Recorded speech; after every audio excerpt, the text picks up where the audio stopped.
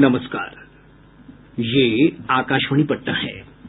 अब आप खालिद रशीद से प्रादेशिक समाचार सुनिए। पहले मुख्य समाचार।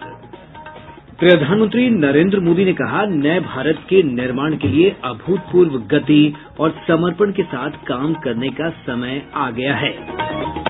उग्रवादी संगठन पॉपुलर फ्रंट ऑफ इंडिया के सदस्यों की मदद करने वाले आरोपी नूरुद्दीन जंगी को पटना पुलिस ने लखनऊ से गिरफ्तार किया।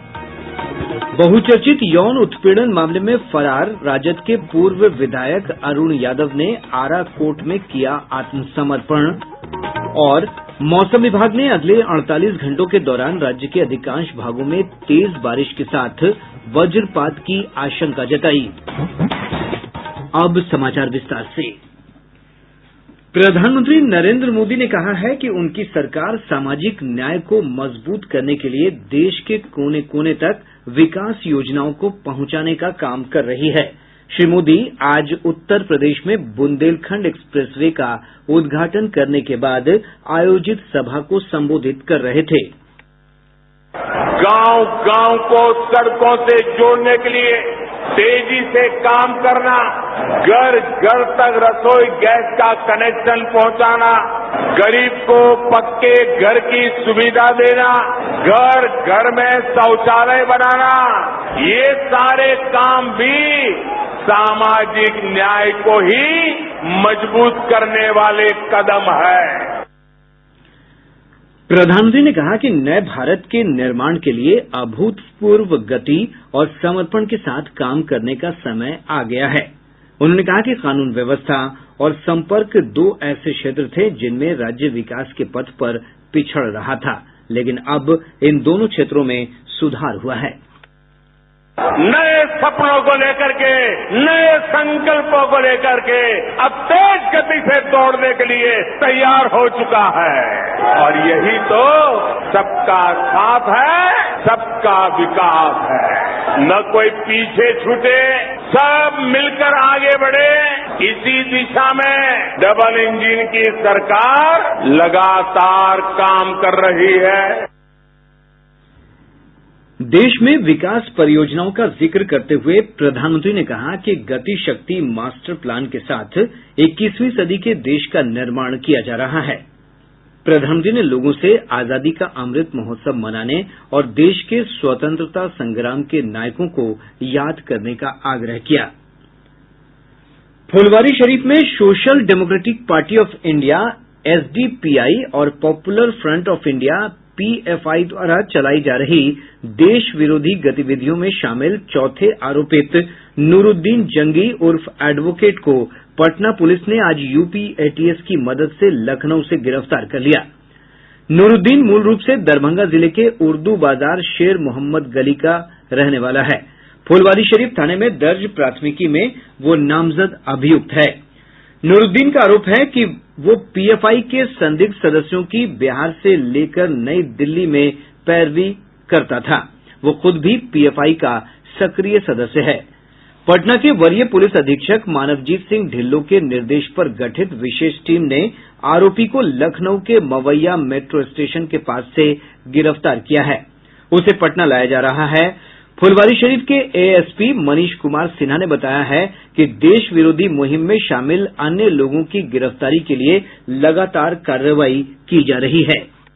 इस घंटे में जो साक्ष्य हमारे पास आएंगे या हमारे पास अभी तक जो साक्ष्य आ गए हैं उसको और वेरीफाई करके और उन दोनों के द्वारा जो और कुछ बताए जाएंगे, उन दोनों के जो इंटरलिंक्स एस्टैब्लिश होंगे और उन दोनों के द्वारा जो अभी तक और चाहे फंडिंग की बात करें, फाइनेंशियल ट्रेंड्स की बात करें, स्लीपर्स की बात करें या ट्रेनिंग प्रोवाइड करने की बात करें या ड्यूटी की बात करें या किन लोगों को तैयार करके कहां कहां भेजा गया था और वो लोग क्या एक्टिविटीज कर रहे हैं, इन सबों के बारे में हम लोगों को पुख्ता जानकारी मिलेगी। बहुचर्चित यौन उत्पीड़न कांड में फरार आरोपी भोजपुर जिला के संदेश विधानसभा क्षेत्र से राजद के पूर्व विधायक अरुण यादव ने आज आरा सिविल कोर्ट में आत्मसमर्पण कर दिया। अदालत ने पूर्व विधायक को 14 दिनों की न्यायिक हिरासत में भेज दिया है। 2019 में यौन उत्पीड़न की शिकार नाबालिग के बयान पर पुलिस ने अरुण यादव को आरोपित किया था। पुलिस ने इस घटना में शामिल 4 अन्य लोगों को भी गिरफ्तार किया था। हालांकि साक्ष्य के अभाव में कोर्ट ने चारों को बरी कर दिया था। केंद्रीय स्वास्थ्य मंत्री मनसुख मंडाविया ने सभी पात्र लोगों से एहतियाती कोविड रोधी टीका लेने का आग्रह किया है। आजादी का अमृत महोत्सव के अंतर्गत अगले 75 दिन तक सभी वयस्कों के लिए यह टीका निःशुल्क देने का अभियान कल से शुरू हुआ है। श्री मांडविया ने कहा कि नरेंद्र मोदी सरकार स्वस्थ और सुरक्षित भारत बनाने के लिए संकल्पबद्ध है। यह विशेष टीकाकरण अभियान का एक हिस्सा है। इस अभियान के दौरान सरकारी कोविड टीकाकरण केंद्रों पर सभी पात्र लोगों को निःशुल्क एहतियाती टीके लगाए जा रहे हैं। वहीं श्री मांडविया ने कहा है कि 5 करोड़ से अधिक लोगों को अब तक ई संजीवनी टेली परामर्श से लाभ पहुंचाया गया है। प्रदेश में अब तक 13 करोड़ 98 लाख 29 हजार से अधिक कोविड रोधी टीके लगाए जा चुके हैं। इनमें से 6 करोड़ 29 लाख 81 हजार लोगों को टीके की दोनों डोज दी जा चुकी है।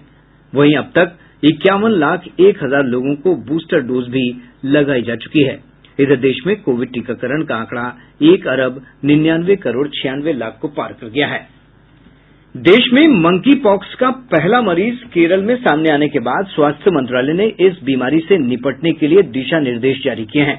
मंत्रालय ने लोगों को विदेश से आए संदिग्ध त्वचा संबंधी रोगी के संपर्क में आने से बचने की सलाह दी है। मंत्रालय ने सुझाव दिया है कि यदि किसी व्यक्ति को बुखार और शरीर पर लाल दाने दिखाई देते हैं तो उन्हें निकटतम स्वास्थ्य केंद्र में डॉक्टर से परामर्श करना चाहिए। प्रादेशिक समाचार आप आकाशवाणी पटना से सुन रहे हैं। और अब आजादी का अमृत महोत्सव प्रश्नोत्तरी प्रतियोगिता के अंतर्गत कल पूछे गए प्रश्न का जवाब।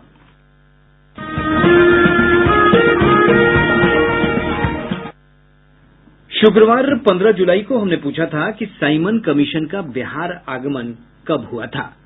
श्रोताओं, कल पूछे गए इस सवाल का सही उत्तर है 12 दिसंबर 1928।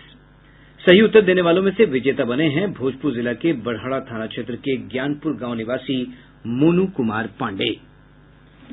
श्रोताओं, आजादी का अमृत महोत्सव प्रश्नोत्तरी प्रतियोगिता का अगला विजेता आप भी बन सकते हैं। इसके लिए सुनते रहें आकाशवाणी समाचार। अगला प्रश्न बुधवार संध्या 7:30 बजे के प्रादेशिक समाचार बुलेटिन में पूछा जाएगा।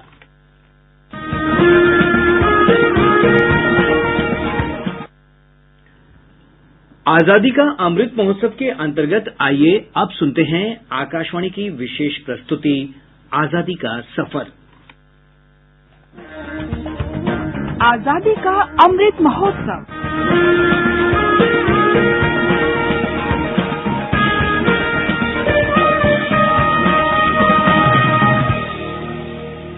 भारत का गौरवशाली स्वतंत्रता संग्राम आधुनिक विश्व के अब तक के सबसे महान संघर्षों में से एक है।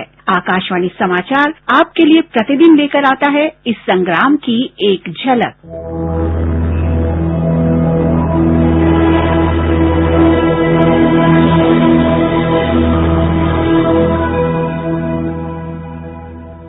आज हम स्वतंत्रता सेनानी उमा दत्त को भी याद कर रहे हैं, जो 16 जुलाई 1939 को शहीद हुई थी।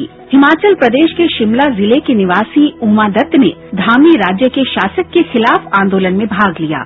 उन्होंने एक लोकतांत्रिक सरकार की स्थापना करने की मांग की। जब लोग राष्ट्रीय ध्वज के साथ प्रदर्शन कर रहे थे, तभी अचानक पुलिस ने उनसे ध्वज छीन लिया और उसमें आग लगा दी। इस कृत्य से बड़े पैमाने पर आक्रोश फैल गया और इसके परिणाम स्वरूप निहत्थे आंदोलनकारियों पर पुलिस ने गोलीबारी की। 16 जुलाई 1939 को हुई गोलीबारी में उमा दत्त की मौत हो गई थी। आकाशवाणी समाचार राष्ट्र की इस महान बेटी को नमन करता है।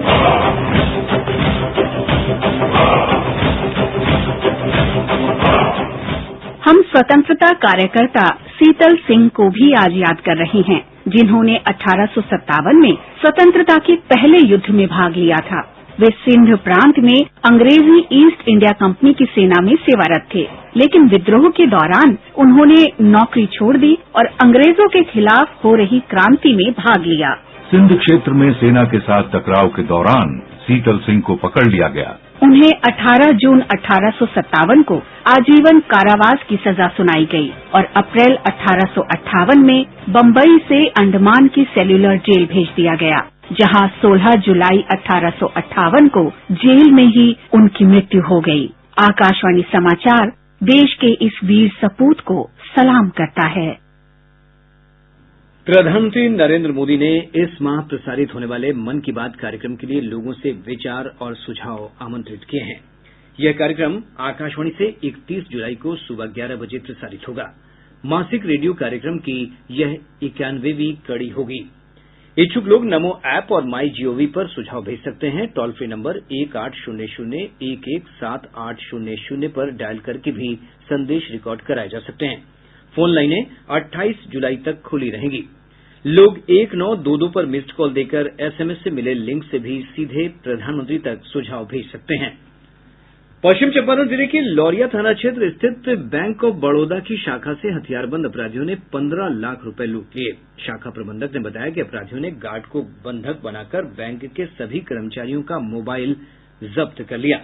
बेतिया के पुलिस अधीक्षक उपेंद्र नाथ वर्मा ने बताया कि कुल 6 की संख्या में अपराधियों ने बैंक से 15 लाख रुपए की लूट की है। उन्होंने बताया कि लौरिया थाने में प्राथमिकी दर्ज कर अपराधियों की गिरफ्तारी के लिए छापेमारी की कार्रवाई शुरू कर दी गई है। पूर्वी चंपारण जिले की मोतिहारी पुलिस ने जाली नोट का कारोबार करने वाले 4 तस्करों को गिरफ्तार किया है। पुलिस अधीक्षक डॉक्टर कुमार आशीष ने बताया कि तस्करों के पास से 8 लाख रुपए के जाली नोट, एक पिस्तौल और जिंदा कारतूस बरामद किया गया है। गिरफ्तार तस्करों की निशानदेही पर पिपरा थाना क्षेत्र के एक साइबर कैफे से जाली नोट छापने में प्रयोग किया जाने वाला प्रिंटर और लैपटॉप भी बरामद किया गया है। पिछले 24 घंटों के दौरान राज्य के उत्तरी, दक्षिण मध्य और दक्षिण पूर्व भागों में हल्की बारिश हुई है। मौसम विभाग से प्राप्त जानकारी के अनुसार औरंगाबाद के रफीगंज में 16.2 मिलीमीटर बारिश हुई है। भोजपुर के संदेश और बेगूसराय के चेरिया बरियारपुर में 14.2 मिलीमीटर बारिश रिकॉर्ड की गई। बरौनी में 9.8 और बांका में 6.6 मिलीमीटर बारिश दर्ज की गई है। मौसम विज्ञान केंद्र पटना की वैज्ञानिक कामनी कुमारी ने बताया है कि अगले 48 घंटों के दौरान राज्य के अधिकांश स्थानों पर वज्रपात के साथ बारिश हो सकती है। आज के प्राप्त संख्यात्मक मॉडल एवं अनमौसमीय विश्लेषण से ज्ञात होता है कि अगले 24 से 48 घंटों के दौरान प्रदेश के कुछ स्थानों पर आकाशीय बिजली या वज्रपात एवं मेघ गर्जन के साथ हल्के से मध्यम स्तर की वर्षा होने का पूर्वानुमान है। तत्पश्चात तीसरे एवं चौथे दिन अर्थात 18 एवं 19 जुलाई से राज्य में वर्षा की गतिविधि में बढ़ोतरी की पूरी संभावना है। सारण जिला के मशरक थाना क्षेत्र के खजूरी गांव में एक अनियंत्रित ट्रैक्टर से कुचलकर 5 लोग घायल हो गए। सभी घायलों को इलाज के लिए सामुदायिक स्वास्थ्य केंद्र मशरक में भर्ती कराया गया है। कैमूर में किसानों ने बिजली पानी की मांग को लेकर जिला समाहरणालय तक आक्रोश मार्च निकाला। किसानों ने कहा कि विद्युत आपूर्ति में कटौती किए जाने से सिंचाई के अभाव में खेतों में लगाए गए धान के पौधे सूख रहे हैं। गया में 9 सितंबर से 25 सितंबर तक होने वाले पितृपक्ष मेला के सफल आयोजन के लिए जिलाधिकारी डॉक्टर त्यागराजन की अध्यक्षता में आज अधिकारियों की समीक्षा बैठक हुई। जिलाधिकारी ने लोक स्वास्थ्य अभियंत्रण विभाग के कार्यपालक अभियंता को मेला के दौरान पेयजल, शौचालय और स्नानागार सहित अन्य सुविधाओं की व्यवस्था को सुनिश्चित करने का निर्देश दिया है।